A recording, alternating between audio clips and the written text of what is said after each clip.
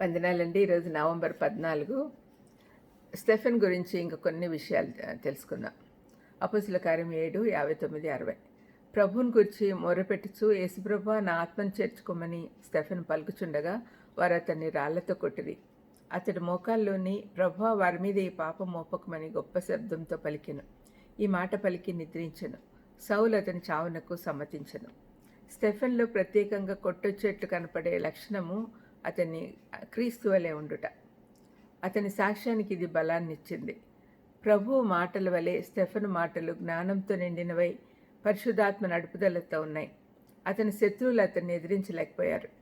యేసుప్రభువుకు చేసినట్టు ఇతనిపై కూడా అబద్ధ నేరారోపణ చేశారు. ఆత్మీయ పరిపక్వత, గొప్ప విశ్వాసము పునరుద్ధరించే వారి గుంపులోని వాడితడు. వీరందరూ కూడా పరిశుద్ధాత్మతో నడిపింపబడ్డారు. స్టెఫెన్ కూడా ఇలాంటి వాడే కాబట్టి అతనికి చాలా ధైర్యం ఎక్కువ.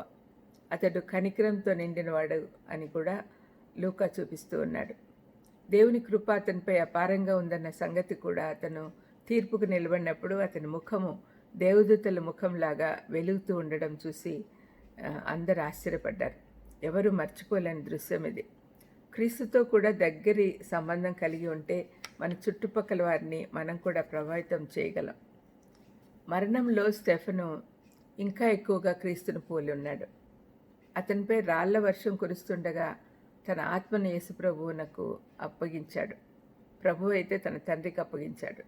యేసుక్రీస్తులాగా వారి మీద ఈ పాపం మోపకండి అని ప్రార్థించాడు శత్రువుల కొరకు. అయితే పాత నిబంధనలో గ్రంథస్థం చేయబడిన హతసాక్షి జకరియా అనే యాజకుడు తన మరణానికి కారకులైన వారిని శిక్షించమని దేవుని ప్రార్థించాడు. 2వ దినవృత్తాంతంలో 24-22. సిలువ ద్వారా మలచబడిన స్టెఫెనుకు అతనికి ఎంత తేడానో చూడండి. మనం కూడా క్రీస్తు వలె మనల్ని హింసించే వారిని ఆశీర్వదించేవారిగా ఉండటం నేర్చుకోవాలి. అప్పుడే మనం చెడును మంచితో గెలవచ్చు. చివరి క్షణాల్లో స్టెఫెను ప్రభు దర్శనంతో బలపడ్డాడు. మహిమపరచబడిన మనుష్య కుమారుడు పరలోకంలో నిలబడి తనను ఆహ్వానిస్తున్నట్టుగా చూశాడు. మనుషులు ఎదుట ప్రభువును ఒప్పుకున్నాడు కాబట్టి పరలోకంలో క్రీస్తు అతన్ని ఒప్పుకున్నాడు. మత్తయి 10:32. స్టెఫెన్ ఈ లోకంలో తృణీకరించబడ్డాడు కానీ పరలోకంలో ఆహ్వానించబడ్డాడు. స్టెఫెను యవనంలోనే క్రూరంగా చంపబడ్డాడు కానీ తార్సువాడైన సౌలు అతని ద్వారా ప్రభావితుడయ్యాడు. చంపిన వారికి తోడుగా ఉన్న సౌలులో మార్పు ఆనాడే మొదలైంది. పౌలుకు నిజమైన గురువు గమాలియేలు కాదు కానీ స్టెఫెను అని చెప్పచ్చు. స్టెఫెను మరణం తర్వాత యెరూషలేం సంఘం చెదిరిపోయింది. చెదిరిపోయిన వారితో పాటు దేవుని వాక్యం అనే విత్తనం విస్తరించింది. యోహాను 12:24లో దేవుడు చెప్పినట్లు స్టెఫెను గోధుమ గింజ వలె భూమిలో పడి చనిపోయినందున విస్తారంగా ఫలించాడు. ప్రార్థన చేసుకుందాం. దయమేడ యేసునాయన స్తోత్రం ప్రభా.